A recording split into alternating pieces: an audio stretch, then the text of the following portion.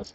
So we have here a problem, integral of x to the power of 3 dx. So what are we going to do with that is we just have to evaluate first.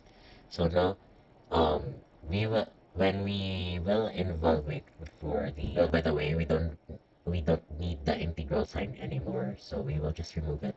Pero we will just evaluate muna. So 3 plus 1 over 3 plus 1 dx pa rin yan. So dx.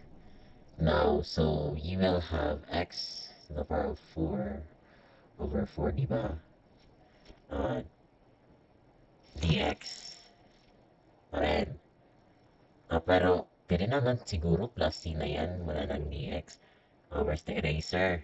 Ano eraser? Okay, here. Eraser. So, you'll use the colored. Okay. So, after that, we will just put what, it's okay, redundant naman yung 1 natin. Alam naman natin na ang x is equal to 1. So, we will have x 4 plus c. Ganon yan. So, ex. Oh, shit. Okay. We'll erase it. Erase. Uh, ex. That's e to the power of x, not ex. Okay. So, simple lang naman yung may root kasi na ang ex is dx. Ang antiderivative niyan is ex plus c. So, yan. Simple lang. X dx. Diba? So, ang antiderivative ng ating cos is sine. So, sine x plus c. Huwag natin kalimutan ang plus c ha. Sa constant dapat yan. Constant yan na sine is sine x. So, ano ang antiderivative ng sine x natin? Correct me if I'm wrong, but I think it's negative cos x plus c of 3, no parenthesis dyan, the power of 2 plus 5. Okay, plus 5, sorry. So, anong gagawin natin? May rule kasi sa integral na dapat mag-add tayo ng 1. So, ganito to. 3x to the power of 2 plus 1. Tapos, 2 plus 1. Ganyan. Plus 5. Understood na mag-add tayo ng x, no? Sa 5, okay? So, 5x yan. Dx. Pwede na naman i-separate to, pero okay lang din naman na ganito to yun. Tapos, after that, wala na tayong space kasi nasa cellphone lang ako.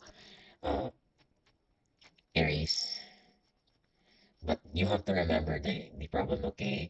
So, pagkatapos niyan, i-add natin, no? So, magiging 3x squared. Magiging 3 na pala yan. I'm so sorry. 3 over 3. Diba? Tama. Tapos, plus 5x pa rin.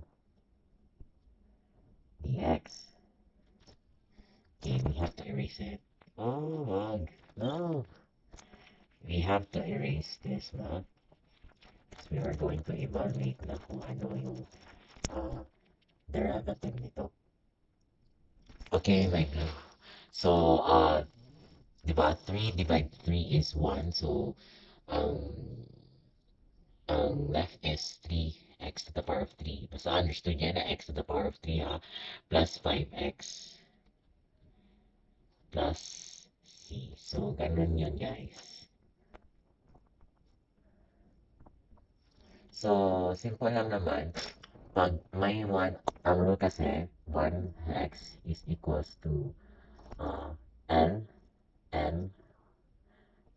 absolute value x plus c. So, understood na to na pag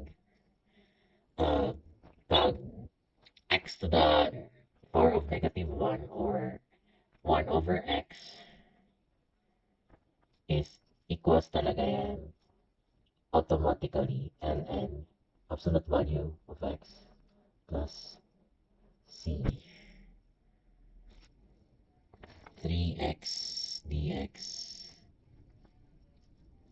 So, ang gagawin natin is mag-use tayo ng method, no? Which is u. Pero pwede naman hindi to i-use u. So, gawin natin u si 3x. So, magiging ano ginawa ko? du. So, never mind the dx muna. Kasi, derivative of x, yan, di ba? Meron ako nakita na dinivide nila ang dx with 3, ganon, parang ganon, like, yung 3 dinivide. Kasi, yung, anong antiderivative ng 3x, di ba 3? So, yun. Ang gagawin natin is e to the power of u times du, which is du naman. The derivative of u. So, ang total natin dyan, i-write ko na lang. Derivative of 3x is 3. Tapos, copy lang natin e, then 3x. So, ganun yun. Yung answer, x to the power of 3 minus 2x 2 plus x 5 dx. No, mami. Oh, sorry for my snot. So, ang gagawin natin, evaluate na 4x 3 plus 1 3 plus 1 then minus 2x 2 plus 1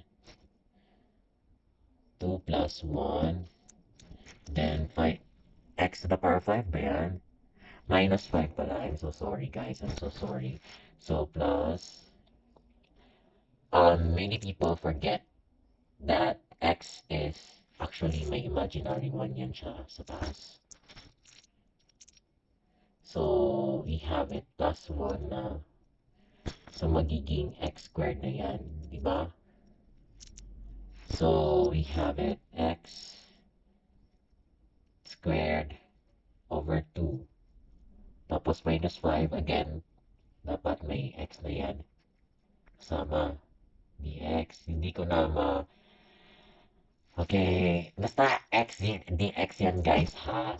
Okay. So erase natin yung sa taas kasi para masulat natin pag evaluate natin, no? Okay. So integral 4 x 4 divide 4 tapos 2x 3 over 3 plus x over x 2 pa yan guys, I'm so sorry. 5x d plus sila ba yan or dx? I don't know, char. Basta ganyan yan. Okay, so I have fun using my phone and you know I'm very casual, sure, very casual. So just watch. So magiging, di ba 4 divide 4, di ba 1. So hindi natin mapuput yung 1, di ba? Kasi redundant naman kasi x is 1 naman. So x4 yan minus, so 2 divide 3, hindi natin yan ma-divide. Wala dapat decimal of course. So x to the power of 3. Tapos ito, pwede naman siya 1. Pero okay naman din kung x to the power of basta 3 yan guys ha. Oh no. Basta 3 yan. So 3, 2, di ba? Okay na to. Plus x to the power of 2 over 2. So, 2 yan ha. Then, 5x plus c. Huwag natin kalimutan si c. Sino po ang pipili?